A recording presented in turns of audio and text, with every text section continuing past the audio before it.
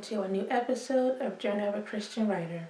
In this episode, I'm going over third-person omniscient point of view, the invisible narrator. Third-person omniscient point of view is one of the least common points of views used by writers within short stories and novels. It's also known as the godlike or all-knowing narrator, or what I call it, the invisible narrator. This is because, for this perspective, the narrator has all access to all the characters, and in some cases, even animals and other beings within the story world. In essence, the reader becomes like a fly on the wall, or a bird on a perch above a large cityscape, able to know all the ins and outs of multiple characters within the entire storyline. Third-person omniscient point of view is a big undertaking, but it's also one of the easiest and funnest to do. This perspective can be tricky and cause confusion if one isn't careful.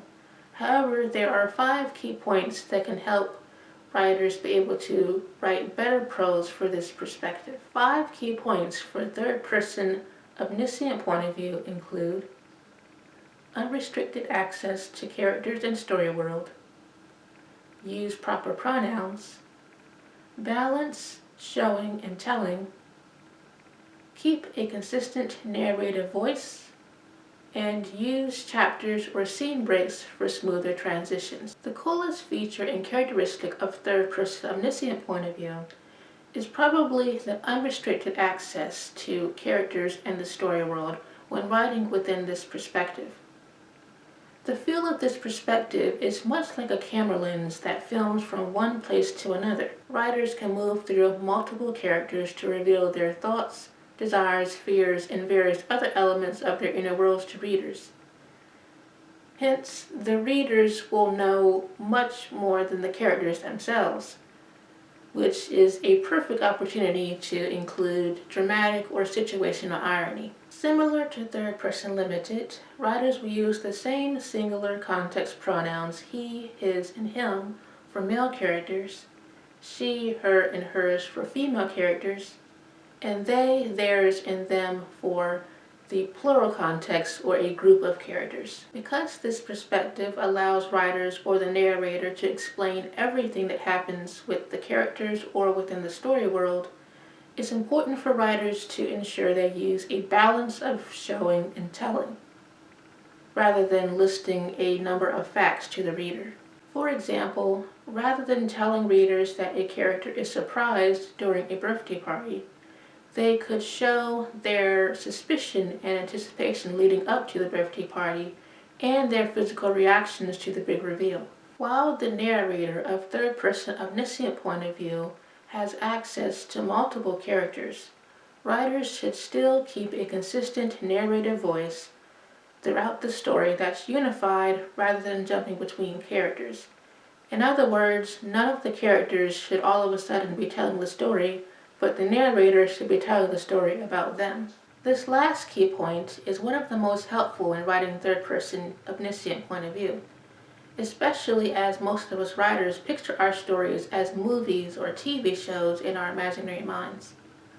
Chapters and scene breaks allows writers to create smoother transitions when using this perspective, and also helps to avoid constant hip-hopping within scenes. Writers can add asterisks or pound signs to break up paragraphs and form scene breaks, or write about characters in separate chapters rather than the same chapter.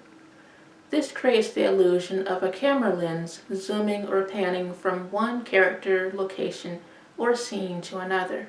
From children's books to full-length novels, there are many different story examples when it comes to third-person omniscient point of view. Some of these include Uncle Tom's Cabin by Harriet Beecher Stowe, The Grapes of Wrath by John Steinbeck, and Lord of the Flies by William Golding. As you can see, third-person omniscient is pretty simple to write, but has a few required recommendations.